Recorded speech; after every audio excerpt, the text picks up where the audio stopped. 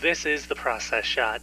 I'm Michael. I'm stuck in a haunted movie theater, and I've seen 40 Guns, a Western drama from 1957 directed by Samuel Fuller. Set in the 1880s, it follows Griff Bunnell, a renowned and reformed gunslinger turned government hire, and his brothers Wes and Chico. They arrive in Tombstone, Arizona to arrest a man accused of mail robbery and who is working for the area's landowner, Jessica, as a hired gun. She lets the town be harassed and terrorized by her brother, Brocky, who quickly becomes one of Griff's concerns, much to Jessica's chagrin, beginning a bit of a power struggle between them. It's a fight that threatens to upend not only the very structure of this town, but also Griff and Jessica's own ways of life, seeing as they are facing a future that likely has no room for either of them. This is a twofold sort of story, with its primary narrative of the Bunnell brothers cleaning up Tombstone and the resistance that they meet, and the secondary through line of Griff and Jessica both exiting a classic era of Western tradition.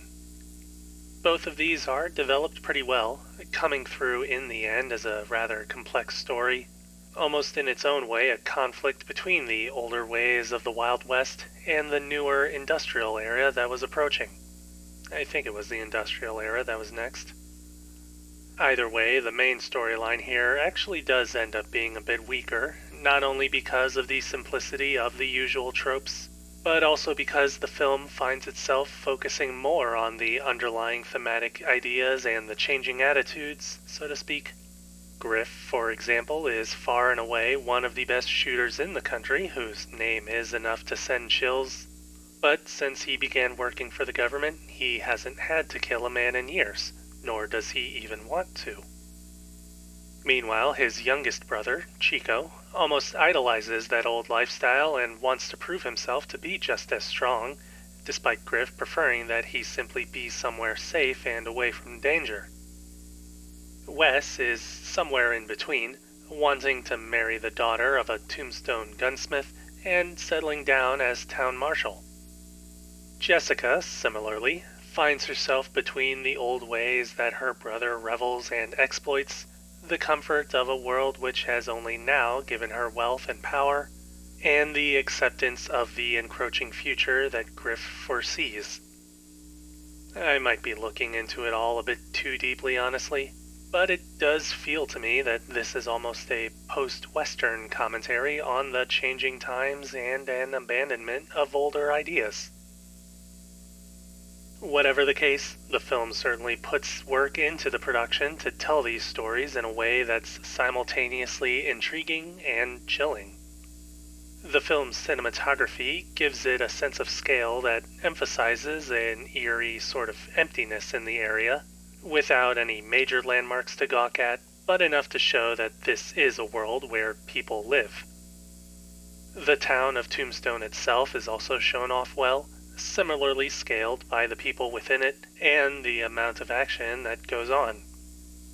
Speaking of which, the area does have a sense of sleepiness where any disturbance comes with a sense of dread and foreboding, maybe even fear rather than suspense. The film's audio design adds to this further by playing soft music during calmer, happier scenes, then dropping that out and playing fully natural audio within tense moments, which fully pulls you into the situation and lets you experience the scene firsthand, sort of. Overall, the film's greater tone seems to emphasize this ongoing search among the characters for their place in the world, whether they are in fact aware of whatever is to come, or seem to live in ignorance of any greater changes on the way.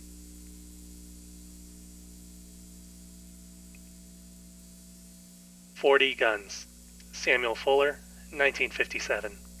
4 stars. I definitely recommend giving it a watch.